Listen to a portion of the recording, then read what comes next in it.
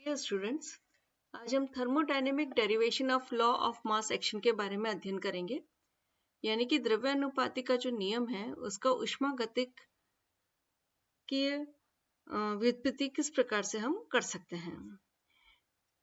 द्रव्यानुपाती के जो नियम है उसके उष्मागतिकीय व्युत्पन्न अगर हम करते हैं तो वॉन्टॉफ ने इक्विलिब्रियम बॉक्स का एक सजेशन दिया था और इसीलिए इसे हम वॉन्टॉफ की इक्विलिब्रियम बॉक्स भी बोलते हैं, इक्विलिब्रियम बॉक्स ऑफ वॉन्टॉफ, या हम उसको साम्य पेटिका भी बोलते हैं, वॉन्टॉफ साम्य पेटिका।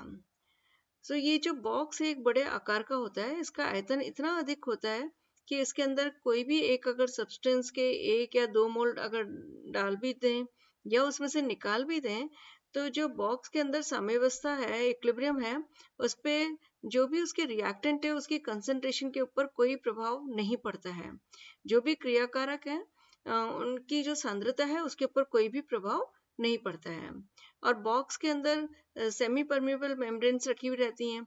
अब वो जो सेमी परमेबल मेम्ब्रेन लगी हुई है, अर्धपारगम्य जो झिल्ली लगी हुई है, उसके द्वारा साम्यावस्था में उपस्थित जो भी अवयव, जो भी कंपोनेंट हम वहां पर काम में ले रहे हैं उसको हम अंदर एंटर करा सकते हैं और इसी प्रकार उसमें से हम उसको बाहर भी निकाल सकते हैं। तो इस प्रकार हम ये देख सकते हैं कि जो इक्विलिब्रियम बॉक्स है वो एक सिद्धांतिक युक्ति, एक थ्योरेटिकल कंसेप्ट है और उसमें कोई भी एक उत्क्रमणीय जो अभिक्रिया है उसको हम कई सारे स्टेप्स के अंदर करा सकते हैं। जैसे कि आप यहाँ पर देख सकते हैं कि ये जो एक बॉक्स यहाँ पर आपको दिख रहा है, ये बॉक्स जो है इसको हम साम्य पेटी बोलते हैं, साम्य पेटिका, या इसको हम इक्विलिब्रियम बॉक्स भी बोलते हैं। इस इक्विलिब्रियम बॉक्स के यहाँ पर जो एक सेमी परमेबल मेम्ब्रेन जिसकी हम बात कर रहे हैं, अर्धपारगम्य झिल्ली, वो लगी हुई है जिसके द्वारा किसी भी कंपोनेंट को इसमें अंदर प्रवेश करवा सकते हैं और किसी भी कंपोनेंट को यहाँ से हम बाहर निकाल सकते हैं। दूसरी चीज, इसका आयतन हम ये कह रहे हैं कि इतना बड़ा है, इसका वॉल्यूम इतना अधिक होता है कि अगर हम एक एक्स्ट्रा एक आध मोल अगर इसमें डाल भी दें, 1-2 मोल, तो भी इसकी जो इक्विलिब्रियम कंसंट्रेशन है उसके ऊपर उस पर कोई इफेक्ट नहीं पड़ता उसका। और अगर हम इसमें से निकाल देते हैं सी के अगर 1-2 मोल सी या डी के या प्रोडक्ट्स के, तो इन पदार्थों की जो सांद्रता है उसके ऊपर या उसका जो प्रेशर है उसके ऊपर भी इसका कोई प्रभाव नहीं पड़ता है। और जो बॉक्स के अंदर हम किसी को भी अंदर कोई भी एक कंपोनेंट को अंदर प्रवेश करा सकते हैं, किसी को भी हम बाहर निकाल सकते हैं। जैसे कि आप यहाँ पर देख सकते हैं कि सी और डी को हम बाहर निकाल रहे हैं और ए और बी को अंदर यहाँ पर एंटर करा रहे हैं। तो इस प्रकार से इसको हम एक थ्योरेटिकल डिवाइस मान के चल रहे हैं, एक थ्योरेटिकल एक कंसेप्ट है। और यहाँ पर हम जो रिवर्सिबल अभिक्रिया करवा रहे हैं वो इस प्रकार से है कि A plus B is in equilibrium with C plus D और रिएक्टेंट A और B अभिक्रिया कर रिएक्ट कर हमको प्रोडक्ट C और D दे रहे हैं। तो इस प्रकार यहाँ पर एक इक्विलिब्रियम एस्टेब्लिश हो रहा है क्योंकि ये उत्क्रमणीय अभिक्रिया है। तो A plus B अभिक्रिया कर हमको उत्पाद दे रहे हैं C plus D और C plus D वापस से अभिक्रिया कर हमको पुनः अभिकारक रिएक्टेंट जो है A plus B दे रहे हैं। तो इस प्रकार से यहाँ पर हम देख सकते हैं कि फॉरवर्ड रिएक्शन भी हो रही है और बैकवर्ड रिएक्शन भी हो रही है। अब हम इस जो भी यहाँ पर हमने रिएक्टेंट लिए हैं A और B, तो इस प्रकार हम देख सकते हैं कि यहाँ पर A रिएक्टेंट के लिए एक दीवार हमने ले ली, B रिएक्टेंट के लिए एक दीवार है। इसी प्रकार जो C है उसके लिए भी एक है और D है उसके लिए भी एक वॉल है। और ये जो वॉल है एक सेमी परमेबल मेम्ब्रेन का कार्य कर रही है, यानी कि इसके द्वारा हम इनको अंदर एंटर करा सकते हैं या इसको हम बाहर भी निकाल सकते हैं। और यहाँ पर हम ये मान लेते हैं कि जो रिएक्टेंट है और जो प्रोडक्ट है, जो अभिकारक के उत्पाद है, ये जो गैसेस हैं ये आदर्श गैस का व्यवहार कर रही है। आदर्श गैस का व्यवहार यानी आइडियली ये बिहेव कर रही है।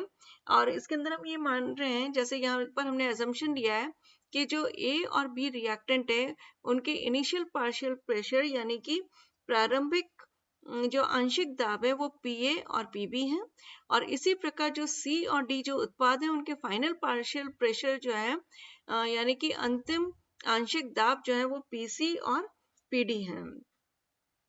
अब हम यहाँ पर एक और असम्पशन ये मान रहे हैं कि जब ये बॉक्स जो है एक साम्य पेटी का, जिसको हमने इक्विलिब्रियम बॉक्स कहा है, तो इसके अंदर ए बी सी और डी के इक्विलिब्रियम पार्शियल प्रेशर हम यहाँ पर ले रहे हैं, यानी कि साम्य आंशिक दाब जो है वो small P A, P B, P C और पी डी हमने लिया है, और ये इसमें इक्विलिब्रियम के जो वैल्यूज हैं वो यहाँ पर ये हमने लिए हैं।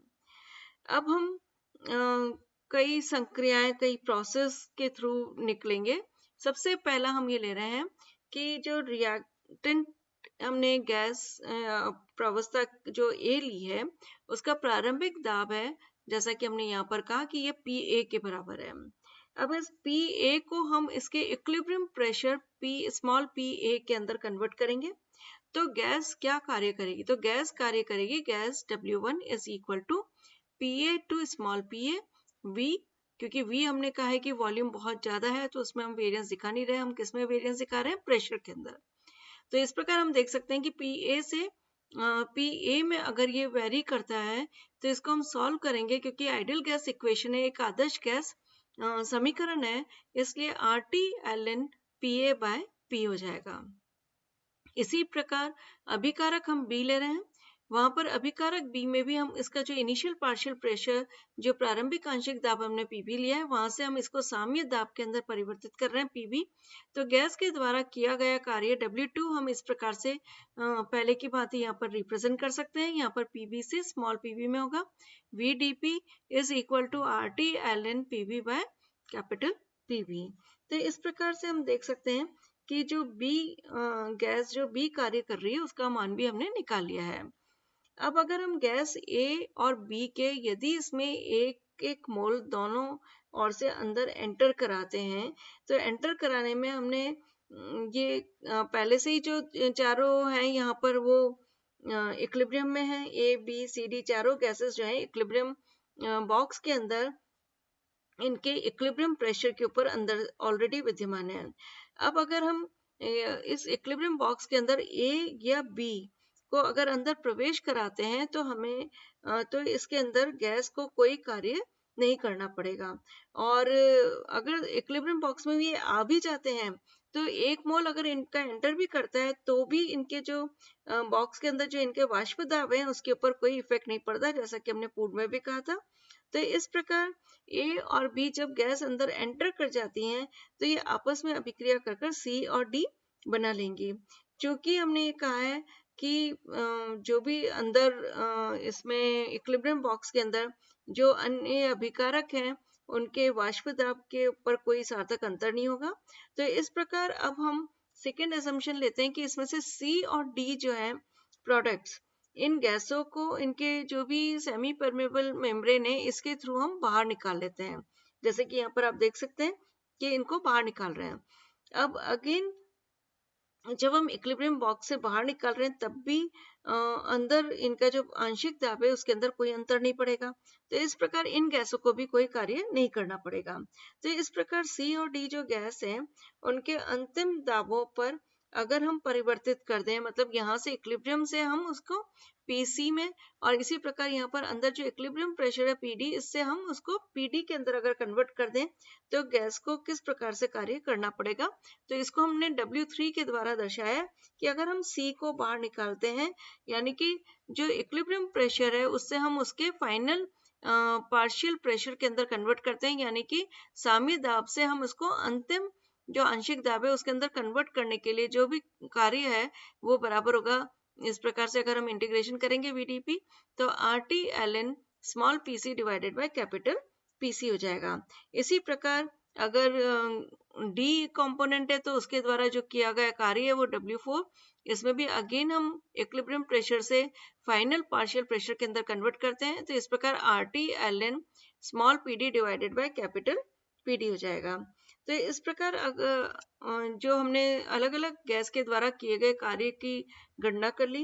अब हम जो मुक्त ऊर्जा परिवर्तन है, उसको अगर हम निकालते हैं, ये चारों प्रकार के जो भी कार्य किए हैं, W1, W2, W3, W4, इन सभी किए गए कार्यों को हम योग कर लेते हैं, जोड़ लेते हैं उसको, और उसके बराबर ये सिस्टम की जो भी फ्री एनर्जी चेंज है वो उसके बराबर होगी, यानी minus delta G will be equal to the work done by gas A, by gas B, by gas C and by gas D. इस प्रकार से हमने सभी जो प्रकार की गैसेस हैं उनका हमने जो वर्क डन था, जो किया गया कार्य है, उसको हमने ऐड कर दिया और उसके द्वारा हम मुक्त ऊर्जा परिवर्तन फ्री एनर्जी चेंज जो है उसको कैलकुलेट कर रहे हैं। और minus delta G is equal to R T L N. यहाँ पर हम देख रहे हैं कि पी ए और पी बी जो है डिनोमिनेटर में है और यहाँ पर पी सी और पी डी जो कैपिटल पी सी मतलब जो फाइनल प्रेशर है वो यहाँ पर न्यूमरेटर में है। तो इस प्रकार से अगर हम इसको सॉल्व करना चाहें तो मतलब हमने पीसी जो ये प्रारंभिक और जो अंतिम पार्शियल प्रेशर थे उनको हमने एक साथ कर दी टर्म्स को, और जो इक्विलिब्रियम प्रेशर है उसको हमने एक साथ कर दिया। तो इस प्रकार से यहाँ पर माइनस साइन लगाया तो ये ऊपर आ जाएंगे और ये इस प्रकार से ए बी जो है वो नीचे चले जाएंगे। इस प्रकार हम देख सकते हैं कि जो मुक्त ऊर्जा परिवर्तन है वो किस बात के ऊपर डिपेंड कर रहा है। वो डिपेंड कर रहा है इनिशियल और फाइनल स्टेट पर। और जो डेल्टा जी माइनस डेल्टा जी जो भी बॉक्स है उसके अंदर जो हमने यहाँ पर लिया है, it does not depend on partial pressure, कि जो आंशिक दाब है अंदर का जो भी आंशिक दाब है उसके ऊपर ये निर्भर नहीं करता है। मतलब माइनस डेल्टा जी जो है वो इक्विलिब्रियम बॉक्स के अंदर जो भी आंशिक दाब है उसके ऊपर निर्भर नहीं करेगा। तो इस प्रकार जो अगर हम ये राइट हैंड साइड के अंदर देखें तो पहला जो टर्म है वो यहाँ पर कांस्टेंट होना चाहिए, क्योंकि ये जो भी उसके अंदर आंशिक दाब है उसके ऊपर ये निर्भर नहीं कर रहा है। इसका मतलब ये होगा कि ये जो R T L N P C P D by P A P B जो है ये एक स्थिरांक होना चाहिए, एक कांस्टेंट होना चाहिए। तो इसलिए अब हम ये कह सकते हैं कि ये तो टेम्परेचर है, ये आर गैस कांस्टेंट है, तो ये वाली जो टर्म है ये एक कांस्टेंट होगी। और equilibrium constant in terms of partial pressure हमने जैसा कि पहले पढ़ा था Kp is equal to P C P D divided by P A P B होता है। तो इस प्रकार हम ये कह सकते हैं कि ये जो पार्ट है इसको हम एक इक्विलिब्रियम कांस्टेंट के द्वारा रिप्रेजेंट कर रहे हैं Kp की टर्म में। और अगर इसी इक्विलिब्रियम कांस्टेंट समयोस्ता स्थिरांक को यदि हम कंसंट्रेशन टर्म के अंदर अगर रिप्रेजेंट करना चाहें, प्रदर्शित करना चाहें, तो concentration of product divided by concentration of reactant आ जाएगा। तो इस प्रकार here all the concentration terms are at equilibrium and this is law of mass action। यहाँ पर हम देख सकते हैं कि सारी की सारी जो कंसंट्रेशन है वो साम्य सांद्रता यहाँ पर हमने ली है और यही द्रव्यानुपाती का नियम है। जैसा कि हमने पूर्व में भी देखा था कि द्रव्यानुपाती का नियम क्या है, तो concentration of products divided by concentration of reactants when equilibrium is established. तो अगर ये सारी की सारी साम्य सांद्रता है तो इनका जो रेशियो होगा प्रोडक्ट्स का और रिएक्टेंट्स का कंसंट्रेशन का, उसी को हम इक्विलिब्रियम कांस्टेंट कह सकते हैं।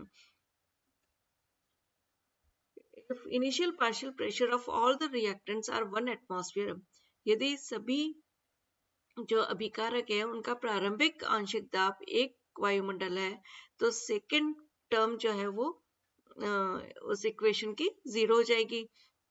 इस प्रकार हम ये कह सकते हैं कि minus delta G is equal to R T L N K P, या minus delta G zero is equal to R T L N K P, और minus delta G zero is equal to minus R T L N K P. तो इस प्रकार से जो मुक्त ऊर्जा परिवर्तन जो ये है इसको हमने मानक मुक्त ऊर्जा परिवर्तन, स्टैंडर्ड फ्री एनर्जी चेंज भी हम इसको कह सकते हैं, क्योंकि इस स्थिति के अंदर minus delta G zero is equal to R T L N K P के बराबर हमने दर्शाया है। और ये जो समीकरण है इसको हम वांट ऑफ आइसोथर्म जो इसको हम कह सकते हैं कि वांट ऑफ आइसोथर्म है ये, या वांट ऑफ समतापी अभिक्रिया भी हम इसको इस प्रकार से जो समीकरण हमने जो बताया इसको हम कह सकते हैं कि वांट ऑफ आइसोथर्म है।